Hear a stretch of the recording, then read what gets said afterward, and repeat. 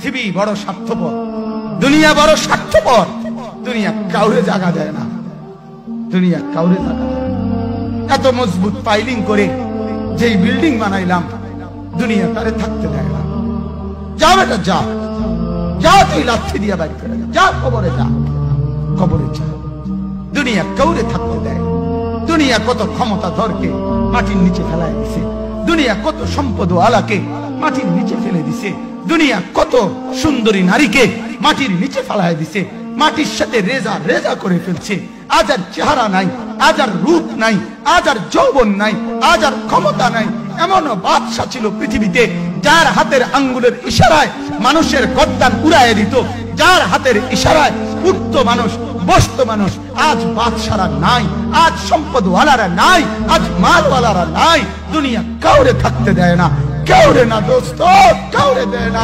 দুনিয়া দাদারে আমার থাকতে দেয় নাই। আমার দাদারে আমি দেখছি, আজ আমার দাদা নাই। আমার নানারে আমি দেখছি, আমার নানা নাই। আমার দাদিরে আমি দেখছি, আমার দাদি নাই। আমার নানিরে আমি দেখছি, আমার নানি নাই।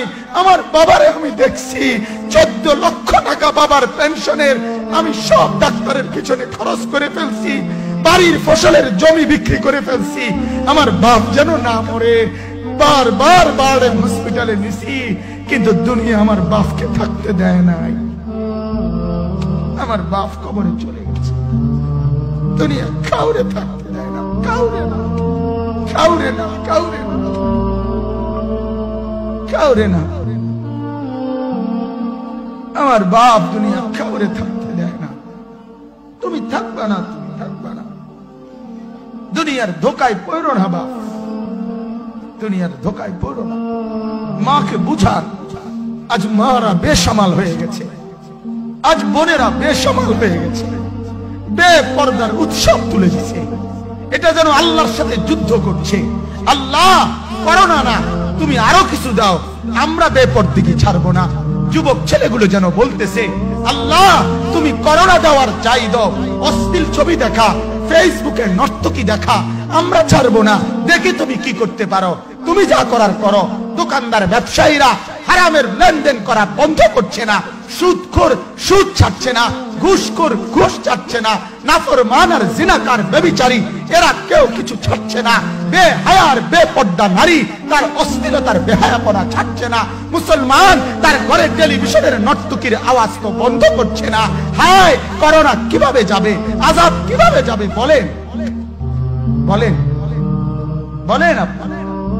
আমার বাপ ফেরাউনের উপরে তো আযাব এতদিন ছিল না, নমরুদের উপরে আযাব এতদিন ছিল না, সাদ্দাদের উপরে আযাব এতদিন ছিল না, কারুনের উপরে আযাব এতদিন ছিল না, লূত আলাইহিস সালামের কওমের উপরে আযাব এতদিন ছিল না, হুদ আলাইহিস সালামের কওমের উপরে আযাব এতদিন ছিল না, নূহ আলাইহিস সালামের কওমের উপরে এতদিন আযাব ছিল না। আজ আমরা মালিককে এই পরিমাণ নারাজ করছি, মালিক এত বেশি নারাজ। আজ 1 বছর হয়ে গেছে, 1 বছরের চাইতে বেশি হয়ে গেছে, কই করোনার মহামারীর আযাব তো যাচ্ছে না, গেছে গা বলে। আমাদের লক্ষ লক্ষ বাচ্চার পড়ালেখা বন্ধ, এরা নষ্ট হওয়ার চূড়ান্ত পর্যায়ে পৌঁছে গেছে। মোবাইল এদেরকে শেষ করে দিছে, লক্ষ লক্ষ ছেলে। গতকালকে এক মা আমার আত্মীয় ফোন দিয়া বলতেছে, সকাল 10টায় বাচ্চাটা ঘর থেকে মোবাইল লইয়া বাইর হইছে, রাতের 10টায় মা তারে ফোন দিয়া বলছে, বাপ ঘরে আসতি না, ভাত খাইতি না। বাচ্চা তারে বলতেছে, তোমার অসুবিধা কি, তোমার সমস্যা কি?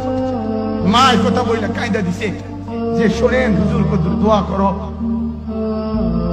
এক বাচ্চা, এক ছেলে, সে যদি তার মাকে কথা বলতে পারে, তার মানে গুনাহ তারে এত মজা দিয়া দিছে, ফেসবুক তারে এত মজা দিয়া দিছে, ইউটিউব তারে এত মজা দিয়া দিছে, নর্তকী তারে এত মজা দিয়া দিছে, গুনার দৃশ্য তারে এত মজা দিয়া দিছে, সে মাকে ধমক দিচ্ছে। রাত 10টা বাজলে কি হইছে, রাতের 3টা পর্যন্ত দেখলে তোমার সমস্যা কি?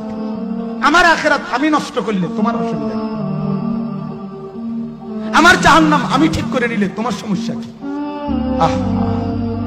আল্লাহ আমাদেরকে মাফ করে দেন, আল্লাহ আমার জাতিকে মাফ করে দেন।